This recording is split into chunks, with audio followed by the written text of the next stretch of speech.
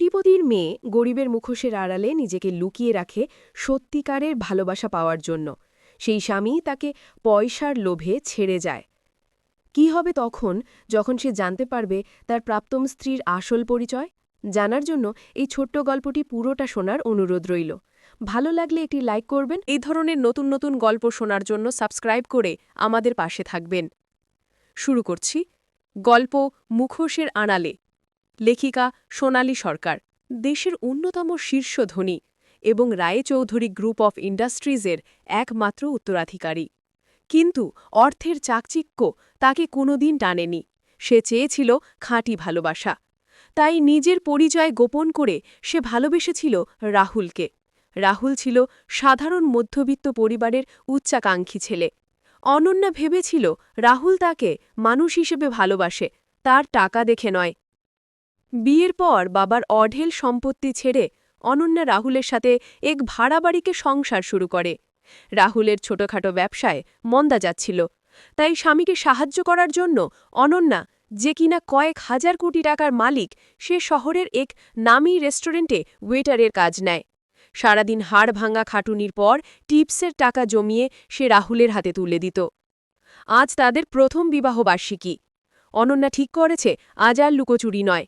সে রাহুলকে তার আসল পরিচয় দেবে এবং তাদের সব কষ্টের অবসান ঘটাবে। এই ভেবে সে বাবার দেওয়া সেই পুরনো ব্ল্যাক কার্ডটা পার্স থেকে বের করে নিল। তাড়াতাড়ি কাজ শেষ করে সে রাহুলের অফিসের পার্কিং লটের সামনে পৌঁছাল। কিন্তু সেখানে যা দেখল তার জন্য সে প্রস্তুত ছিল না। রাহুল সেখানে নাতাশা নামের এক ধনী ব্যবসায়ীর মেয়ের হাত ধরে গাড়িতে হেলেন দিয়ে গল্প করছে। অনন্যা সামনে গিয়ে দাঁড়াতে রাহুল চমকে উঠল না, বরং বিরক্তি প্রকাশ করল। তুমি এখানে কেন অনন্যা? আর এই পোশাক, ছি, ওয়েটারের ড্রেস পরে আমার অফিসে এসেছ? অনন্যা কাঁপা গলায় বলল, রাহুল, আজ আমাদের অ্যানিভার্সারি। আর এই মেয়েটিকে?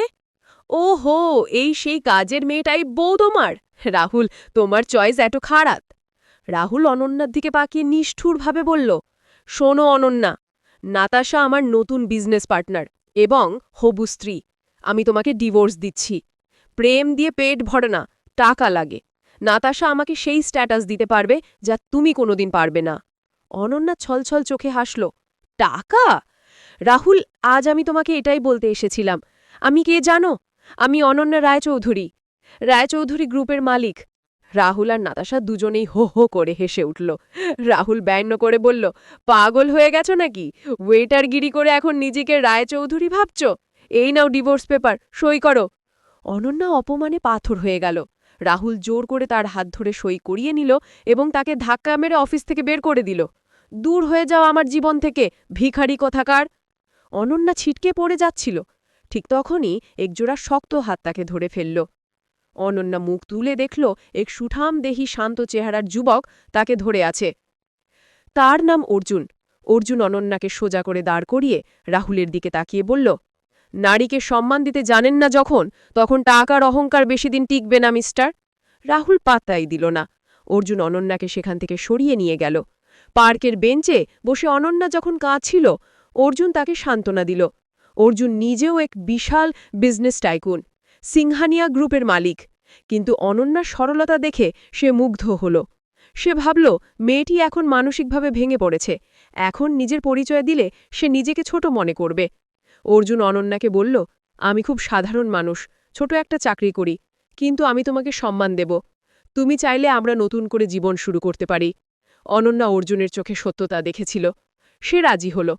খুব সাদামাটাভাবে মন্দিরে তাদের বিয়ে হল। অর্জুন অনন্যাকে নিয়ে তার এক সাধারণ ফ্ল্যাটে উঠল।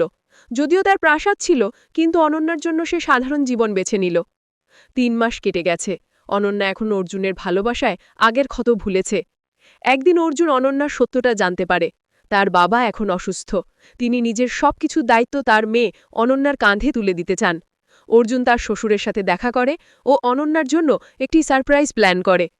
সে এসে বলল, অনন্যা, আজ আমার অফিসের বসের এক বড় পার্টি আছে, তোমাকে যেতে হবে আমার সাথে। শহরের সবচেয়ে বড় কনভেনশন হলে পার্টি। অনন্যা খুব সাধারণ একটি শাড়ি পরে অর্জুনের হাত ধরে ঢুকল। সেখানে রাহুল আর নাতাশাও উপস্থিত ছিল। রাহুল এখন নাতাশার বাবার টাকায় ফুটানি করে বেড়াচ্ছে। অনন্যা আর অর্জুনকে দেখে রাহুল এগিয়ে এলো। হাতে শ্যাম্পেনের গ্লাস নিয়ে টিটকিরি কাটল। আরে, আমার এক্স ওয়াইফ যে, আর সাথে এটাকে তোমার নতুন বর। দেখে তো মনে হচ্ছে আমার ড্রাইভারের চেয়েও গরিব। তোমরা এই হাই প্রোফাইল পার্টিতে কি করে ঢুকলে, ওয়েটার হিসেবে নাকি? নাতাশাও যোগ দিল, গার্ডরা যে কেন এদের ঢুকতে দেয়, পরিবেশটাই নষ্ট। ঠিক তখনই স্টেজে আলো জ্বলে উঠল। ঘোষক মাইকে ঘোষণা করলেন, লেডিজ অ্যান্ড জেন্টলম্যান, দয়া করে আজকের সন্ধ্যার প্রধান অতিথি এবং সিংহানিয়া গ্রুপের চেয়ারম্যান মিস্টার অর্জুন সিংহানিয়া এবং তার স্ত্রী মিসেস অনন্যা সিংহানিয়া, যিনি রায়চৌধুরী গ্রুপের একমাত্র উত্তরাধিকারী, ওনাকে মঞ্চে আসার জন্য অনুরোধ করছি। সারা হলরুম হাততালিতে ফেটে পড়ল, কিন্তু রাহুল আর নাতাশার পায়ের নিচ থেকে মাটি সরে গেল। রাহুল ফ্যাল ফ্যাল করে তাকিয়ে রইল অর্জুনের দিকে। অর্জুন অনন্যাকে হাত ধরে মঞ্চে উঠল। অনন্যাও অবাক, সে অর্জুনের দিকে তাকালো। অর্জুন মুচকি হেসে ফিসফিস করে বলল, সরি, তোমাকে বলা হয়নি। আমি চেয়েছিলাম তুমি আমাকে ভালোবাসো, আমার টাকাকে নয়।